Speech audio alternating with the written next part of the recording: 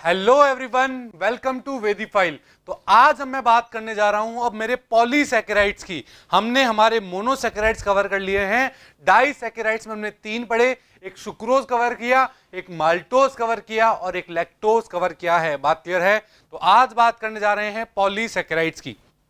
तो सबसे पहले कुछ जनरल पॉइंट्स की बात करते हैं कि पॉलीसैकेराइड्स क्या होते हैं, किस तरह वो उनकी फिजिकल स्टेट होती है, उन सब के बारे में बात करेंगे। तो सबसे पहले मैं बात करता हूं the carbohydrate which are polymer of monosaccharides और डाइसैकेराइड्स आर कॉल्ड पॉलीसैकेराइड्स। क्या बोला मैंने? देखिए, हमने ये बोला है कि वो कार्बोहाइड्रेट जो किसी मोनोसैकेराइड्स या डाइसैकेराइड्स के पॉलीमर हो उन्हें पॉलीसैकेराइड्स बोल सकते हैं।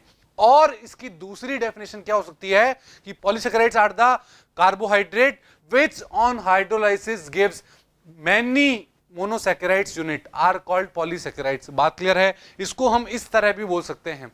तो अगर मैं इसकी फिजिकल प्रॉपर्टीज की बात करूं तो क्या होगा?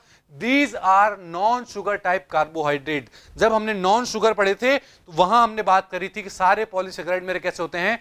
नॉन शुगर होते हैं, जबकि मेरे मोनोसैकेराइड्स और डाइसैकेराइड या मैं बोल दूं ऑलिगोसैकेराइड्स, वो सब मेरे कैसे होते हैं? शुगर टाइप कार्बोहाइड्रेट होते हैं। बात क्लियर है? That is they are amorphous solid. तो ये कैसे होंगे? एमोर्फस सॉलिड होंगे। दैट मीन्स एक पाउडर फॉर्म में होते हैं, वाटर के अंदर इंसॉल्युबल होंगे, इंसॉल्युबल इन वाटर। और अगर टेस्ट की मैं बात करूंगा तो कैसे होंगे? टेस्ट लेस होंगे। ये बात क्लियर है? कैसे होंगे? टेस्ट लेस होंगे ये मेरे। बात क्लियर है? ये हुई है कुछ फिजिकल प्रॉपर्टीज। अब मैं बात करता हूं, these are the important constituent of physical structure of plant and the animal. जो मेरे पॉलीसैकेराइड्स होते हैं वो इंपॉर्टेंट कॉन्स्टिट्यूएंट्स होते हैं। किसके? प्लांट और एनिमल के फिजिकल स्ट्रक्चर में इंपॉर्टेंट कॉन्स्टिट्यूएंट्स होते हैं मेरे क्या? पॉलीसैकेराइड्स। बात क्लियर है? अगर मैं जनरल फॉर्मूले की बात करूं तो क्या होगा? The general formula of polysaccharides is C6H10O5 का होल एन। ये होता है हमारा जनरल फॉर्मूला। किसका? पॉलीसैकेराइड्स का। ये होल एन का मतलब क्या है? ऐसी 100, 200, 150 इतनी यूनिट हो सकती है पॉलीसैकेराइड्स के अंदर। बात क्लियर है? जैसे मैं अगर एग्जांपल की बात करूं कि कौन कौन से पॉलीसैकेराइड होंगे तो आप बता सकते हैं मुझे कौन कौन से होंगे?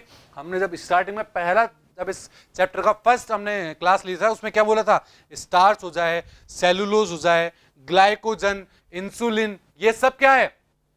ये सब मेरे क्या है? पॉलीसैकेराइड्स हैं। बात क्लियर है? तो आज हम सबसे पहले स्टार्ट करेंगे इसमें स्टार्च की। स्टार्च क्या होता है, कितने इसके पार्ट्स होते हैं, इसके अंदर कौन सा यूनिट होता है, मोनोमर यूनिट, सोर्स क्या क्या होते हैं, इन सब चीजों की मैं बात करेंगे। तो देखिए, सबसे पहले मैं बात करता हूं इसके जनरल फॉर्मूले की कि स्टार्च का जनरल फॉर्मूला क्या होता होगा। तो अगर मैं बात करूं, हमने अभी एक पॉलीसैकेराइड्स का जनरल फॉर्मूला पढ़ा।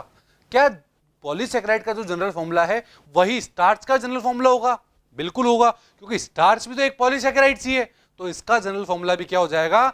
C6H10O5 और होल ब्रैकेट N। ये हो जाएगा हमारा जनरल फॉर्मूला ऑफ स्टार्च। बात क्लियर है यहां तक?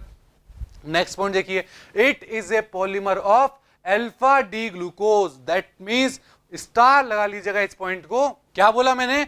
जो मेरा स्टार्च होगा वो अल्फा डी ग्लूकोज का पॉलीमर होगा। That means alpha D glucose unit bar bar repeat होकर एक किसका फॉर्मेशन कर रही होगी? एक मेरे स्टार्च का फॉर्मेशन कर रही होगी। बात क्लियर है? अब मैं बात करता हूं सोर्स की कि कौन सा सोर्स ऐसे होंगे जहां से हमें स्टार्च मिलता है। बताइए, जैसे व्हीट हो जाए, जिसे हम गेहूं बोलते हैं, गेहूं से हमें स्टार्च मिलता है। पोटैटो ले लीजिए आप, जिन्हें हम आलू बोलते हैं, पोटैटो से हमें स्टार्च मिलता है। राइस, जिसे हम चावल बोलते हैं, वो चावल में भी क्या होता है? स्टार्च होता है। ऐसे बहुत से भी और एग्जांपल हो सकते हैं। बात क्लियर है? तो आपको कुछ प्रॉपर्टीज समझ में आई कि स्टार्च क्या होते हैं, उसमें मोनोमर यूनिट क्या होती है, उसका जनरल फॉर्मूला क्या होता है। अब मैं बात करता हूं किसकी? स्ट्रक्चर ऑफ स्टार्च की मैं बात करता हूं कि स्टार्च की स्ट्रक्चर क्या होती होगी। So starch is not a single compound, it is a mixture of two compound। Starch कोई सिंगल कंपाउंड नहीं होता है, वो एक मिक्सचर होता है दो कंपाउंड का। कौन कौन से दो कंपाउंड होते हैं? एक होता है अमाइलोज, एक होता है अमाइलोपेक्टिन। जो अमाइलोज होता है वो 10 से 20% होता है किसमें? स्टार्च में। और जो मेरा अमाइलोपेक्टिन होता है वो होता है 80 to 90%। बात समझ में आई यहां तक? अमाइलोज कितना? 10 to 20%। और अमाइलोपेक्टिन कितना? 80 to 90% क्या होता है हमारा? अमाइलोपेक्टिन होता है। बात क्लियर है यहां तक? कोई दिक्कत नहीं है। आगे देखिए, both amylose and amylopectin are the polymer of alpha D glucose. बिल्कुल, जब हमने स्टार्च के बारे में पढ़ा था कि स्टार्च मेरा मोनो किसका पॉलीमर होता है, अल्फा डी ग्लूकोज का पॉलीमर होता है, तो मेरा अमाइलोज और अमाइलोपेक्टिन भी क्या हो जाएंगे, अल्फा डी ग्लूकोज के ही पॉलीमर हो जाएंगे। बात क्लियर है। अब हमको ये दोनों चीज बहुत डिटेल में पढ़नी है। पहला क्या पढ़ेंगे, अमाइलोज, और फिर उसके बाद हम बात करेंगे अमाइलोपेक्टिन की। बात क्लियर है। तो सबसे पहले मैं स्टार्ट करने जा रहा हूं अमाइलोज। अमाइलोज क्या होते हैं, देखिए, it is a water soluble part of glucose.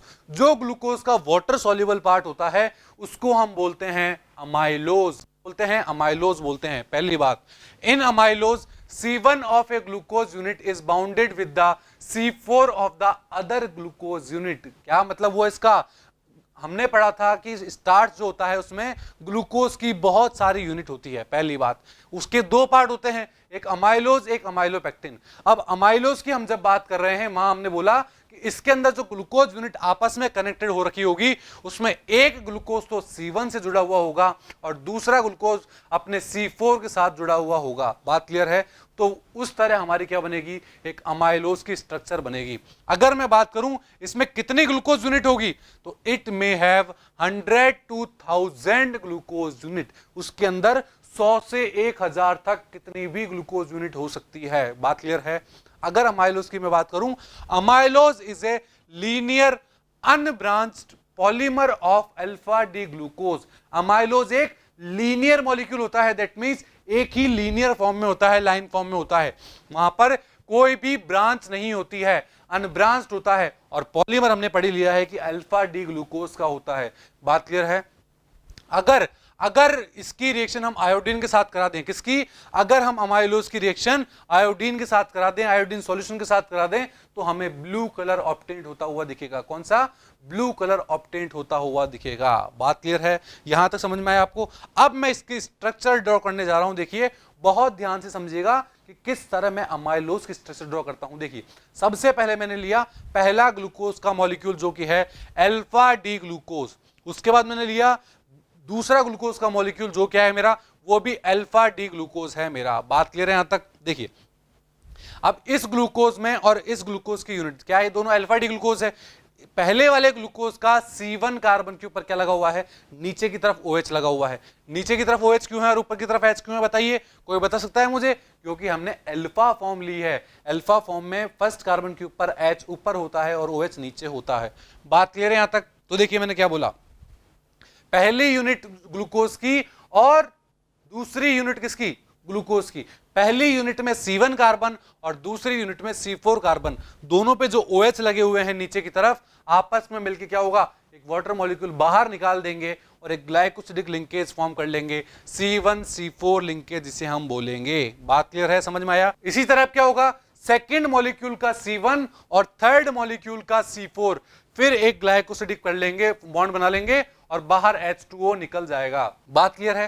कितने हुए, 3 हो गए। इसी तरह अगर मैं फोर्थ की बात करूं, तो फोर्थ में क्या होगा बताइए, फोर्थ में भी वही होगा कि मेरे जो थर्ड मॉलिक्यूल है उसका फर्स्ट कार्बन के ऊपर लगा हुआ OH और फोर्थ यूनिट का ऊपर लगा हुआ क्या मेरा OH, वो दोनों वहां से एक वाटर मॉलिक्यूल को बाहर निकाल देंगे और क्या बना देंगे, एक ग्लाइकोसिडिक लिंकेज बना देंगे। ये बात हो गई हमारी किसकी, स्ट्रक्चर ऑफ अमाइलोज की स्ट्रक्चर हो गई, जिसमें आपने क्या क्या बातें पढ़ी है। देखिए, वापस मैं रिकॉल करवाता हूं क्या क्या बातें पढ़ी।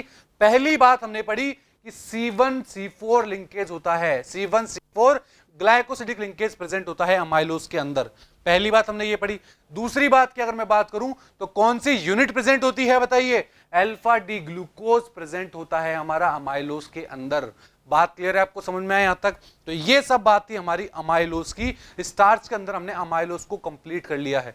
अब मैं मूव कर रहा हूं अमाइलोपेक्टिन की तरफ कि अमाइलोपेक्टिन क्या होता होगा। देखिए, it is a water insoluble part of starch. क्या बोला मैंने, ये एक वाटर इनसॉल्युबल पार्ट होता है स्टार्च का। और जबकि मैंने वहां पढ़ा था अमाइलोज में, तो वो वाटर सॉल्युबल पार्ट था मेरा किसका, स्टार्च का। और ये कैसा है, वाटर इनसॉल्युबल पार्ट है स्टार्च का। बात क्लियर है। अगर मैं इसकी बात करूं तो यह हाईली ब्रांच्ड पॉलीमर होता है अल्फा ग्लूकोज का। कैसा होता है, हाईली ब्रांच्ड पॉलीमर। बट मेरा अमाइलोज कैसा था, वो मेरा एक लीनियर मॉलिक्यूल था, अनब्रांच्ड मॉलिक्यूल था। बात क्लियर है। नेक्स्ट पॉइंट देखिए, it does not give blue colour with iodine solution.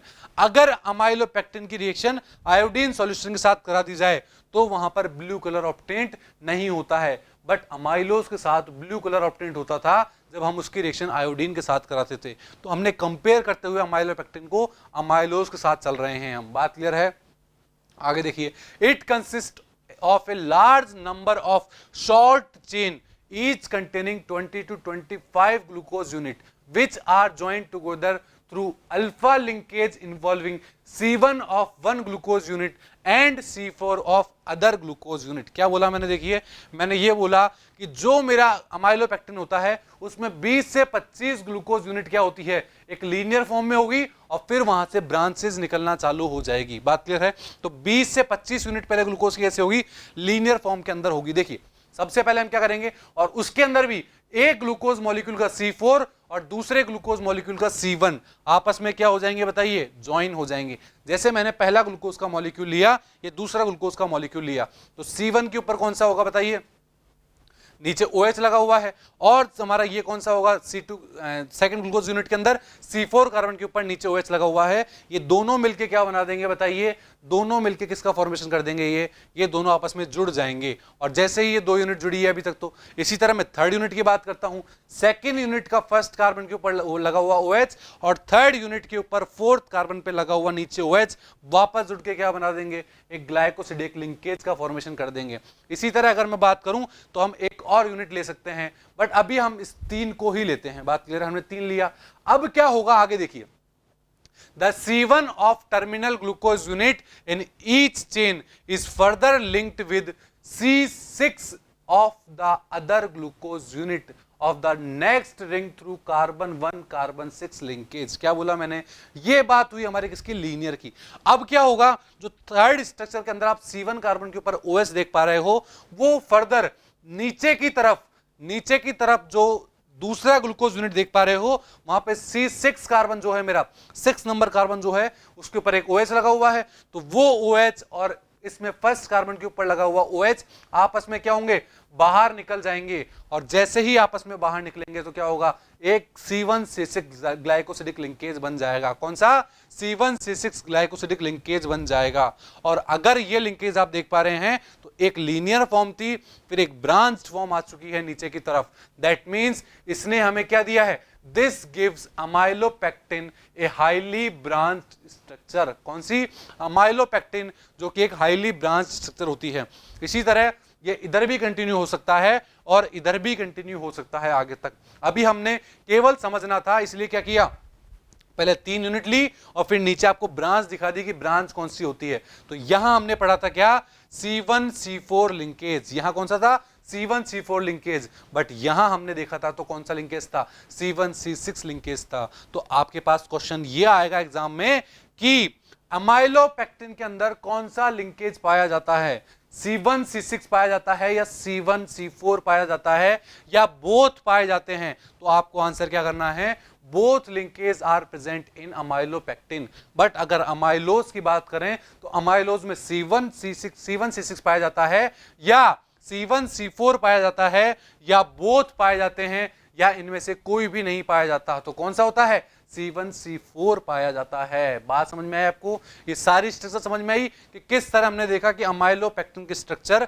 क्या होगी, एक ब्रांच स्ट्रक्चर होगी जिसमें C1C4 और C1C6 लिंकेज प्रेजेंट होगा। बात क्लियर है? तो ये बात हुई हमारी किसकी, स्टार्च की। तो स्टार्च में हमने क्या क्या पढ़ा, स्टार्च में अल्फा डी ग्लूकोज होती है मोनोमर यूनिट। बात क्लियर है? कितने 100 से 1000 तक कितने हो सकते हैं, अमाइलोज के अंदर ग्लूकोज यूनिट हो सकती है। और हमने जब अमाइलोपेक्टिन पढ़ा तो वहां क्या देखा बताइए, वहां हमने बात करी कि पहले 20 से 25 के एक लीनियर चेन होगी, फिर ब्रांचेस चालू हो जाएगी हमारी उसमें। तो एक हाईली ब्रांच स्ट्रक्चर होती है हमारी किसकी, अमाइलोपेक्टिन की एक हाईली ब्रांच स्ट्रक्चर होती है। बात क्लियर है? सो आई होप आपको ये पूरा स्टार्ट समझ में आया होगा। Thank you.